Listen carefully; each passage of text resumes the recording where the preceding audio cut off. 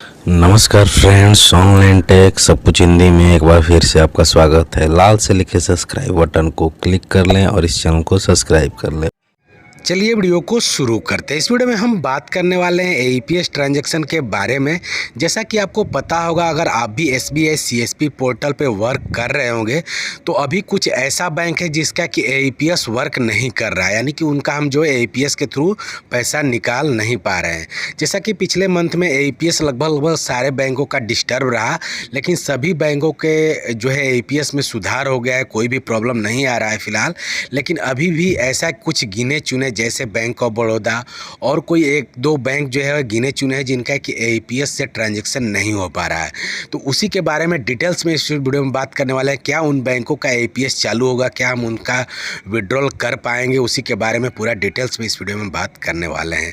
तो चलिए वीडियो को शुरू करते हैं। वीडियो को शुरू करने से पहले एक छोटा सा रिक्वेस्ट, अगर आप इस चैनल पर पहली बार आए हैं तो वीडियो के नीचे लाल से लिखे सब्सक्राइब बटन को क्लिक करके इस चैनल को जरूर सब्सक्राइब कर लें, ताकि एसबीआई सीएसपी एंड सीएसपी से रिलेटिव कोई भी अपडेट आती है, बैंकिंग से रिलेटिव कोई भी अपडेट आती है तो मैं समय समय पर इस चैनल पे अपलोड करता रहता हूं।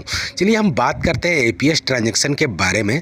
तो यहाँ पे लगभग बहुत सारे बैंक जो हैं अभी डिस्टर्ब चल रहे हैं। खास तौर पे जो है बैंक ऑफ बड़ौदा की बात कर लें तो अभी एईपीएस ट्रांजैक्शन में प्रॉब्लम आ रहा है, यानी कि यूँ कहें तो हम एसबीआई सीएसपी में उसका ट्रांजैक्शन नहीं कर पा रहे हैं। तो यहाँ पे रीज़न क्या है, यहाँ पे सबसे पहले उसको हम जानने की कोशिश करते हैं। सबसे पहले सपोज दैट अगर आप प्राइवेट पोर्टल यूज़ कर रहे हैं, या मान लीजिए हम यहाँ तो स्टेट बैंक का सीएसपी ऑपरेट करते हैं, यहाँ की हम बात नहीं करें, लेकिन बहुत सारे लोग जो मोबाइल वगैरह से यूज करते हैं, तो जो भी अगर प्राइवेट पोर्टल यूज करते हैं, जैसा कि हमने पहले भी बता चुका है कि वो किसी ना किसी बैंक से अटैच होते हैं। मान लीजिए अगर कोई पेन एयर बॉडी यूज कर रहा है तो वो भी जो है ऐप जो है किसी न किसी बैंक से वो अटैच है, चाहे कोई भी बैंक से। उस पर आप नीचे में देखिए तो वहाँ पे दिया रहेगा पावर्ड बाई आईसीआई बैंक, जो है जिस भी बैंक से अटैच रहे वो अटैच रहता है, चाहे यूपीआई से रिलेटिव कोई ऐप यूज कर रहे हैं तो अटैच रहता है। तो यहाँ पे क्या हो रहा है कि बहुत सारे ऐसे प्राइवेट बैंक है जिनका कि जो है ब्रांचेज कम है, ऑल ओवर इंडिया में ब्रांचेज कम है, लेकिन इस तरह की सुविधा वो ऐप का जो है ज़्यादा यूज करा रहे हैं, बहुत सारे लोग यूज कर रहे हैं। तो इसमें होता क्या है कि अगर कोई प्राइवेट पोर्टल से अगर मान लीजिए स्टेट बैंक का चाहे बैंक ऑफ बड़ौदा का अगर पैसा निकालता है तो बैंक क्या करती है, उस एप्लीकेशन को पैसा पैड करती है। जो एप्लीकेशन यूज करता है कस्टमर, अगर वहाँ से पैसा निकालता है तो जो उसको कमीशन मिलता है ऐप द्वारा या उस कंपनी द्वारा, वो जो क्या करता है कि जिस बैंक का वो कस्टमर है वो बैंक वो कमीशन उसको प्रोवाइड करती है।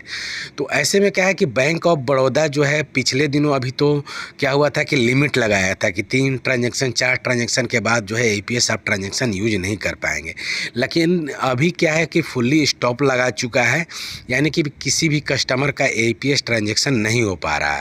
तो अभी देखने लायक होगा कि ये जो स्टॉप है, यानी कि फुल्ली जो रोका हुआ है बैंक ऑफ बड़ौदा, क्या इसको चालू करेगा, या आने वाले दिनों में हो सकता है 1 या 2 3 जो है जितना भी उसका लिमिट हो, 3-4 का लिमिट दे दे कि इतना आप जो है एईपीएस के ट्रांजैक्शन कर सकते हैं। तो अभी बैंक ऑफ बड़ौदा का कुछ कहा नहीं जा सकता, लेकिन लगभग सभी बैंकों का जो है एईपीएस प्रॉपरली वर्क कर रहा है। कुछ ग्रामीण बैंकों का जो है अभी एईपीएस नहीं वर्क कर रहा है, लेकिन उसमें भी बहुत सारे कस्टमर हैं जिनका कि एईपीएस वर्क कर रहा है। किसी बैंक में लिमिट लग चुका है, यानी कि पहले क्या था कि एईपीएस से लोग कितना बार ट्रांजैक्शन कर रहे थे, लेकिन उसमें क्या किया कि जैसे कि पीएनबी क्या किया कि बाद में उसको चार्ज कर दिया। अगर आप एईपीएस से पर ट्रांजैक्शन कर रहे हैं ज़्यादा तो उसमें 20 रुपये का चार्ज डेबिट होता है पीएनबी का।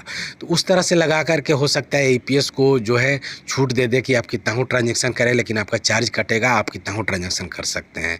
तो इस तरह से बहुत सारे बैंक जो है लिमिट लगा रहे हैं, बहुत सारे बैंक जो है चार्जेस लगा रहे हैं, लेकिन बैंक ऑफ बड़ौदा अभी यहाँ पे फुल स्टॉप लगाया है। अभी हमारे एसबीआई सीएसपी पोर्टल से उसका पैसा नहीं निकल पा रहा है। आने वाले दिनों में देखने लायक होगा क्या उसका जो है लिमिट रखता है, या अभी तक तो इसका जो है ओपन होने का कोई चांसेस नहीं दिख रहा है। बहुत सारे सूचना ये भी मिल रहे हैं कि बैंक ऑफ बड़ौदा का जो है एईपीएस सर्वर हमारे एसबीआई सीएसपी पे पोर्टल पे वर्क नहीं करेगा, लेकिन अभी ये कंफर्म नहीं कर सकते, आने वाले दिनों में ये चालू भी हो सकता है। तो इस वीडियो में इतना ही। ये छोटा सा नॉलेज आपको कैसा लगा? अगर आपको अच्छा लगे तो वीडियो को लाइक करें, कमेंट करें, शेयर करें, और बैंकिंग से रिलेटिव, सीएससी से रिलेटिव एंड सीएसपी से रिलेटिव नॉलेज पाने के लिए आप इस चैनल को जरूर सब्सक्राइब कर लें। तब तक के लिए थैंक यू, धन्यवाद। मिलते हैं आपको नेक्स्ट वीडियो में इसी तरह के महत्वपूर्ण अपडेट के साथ।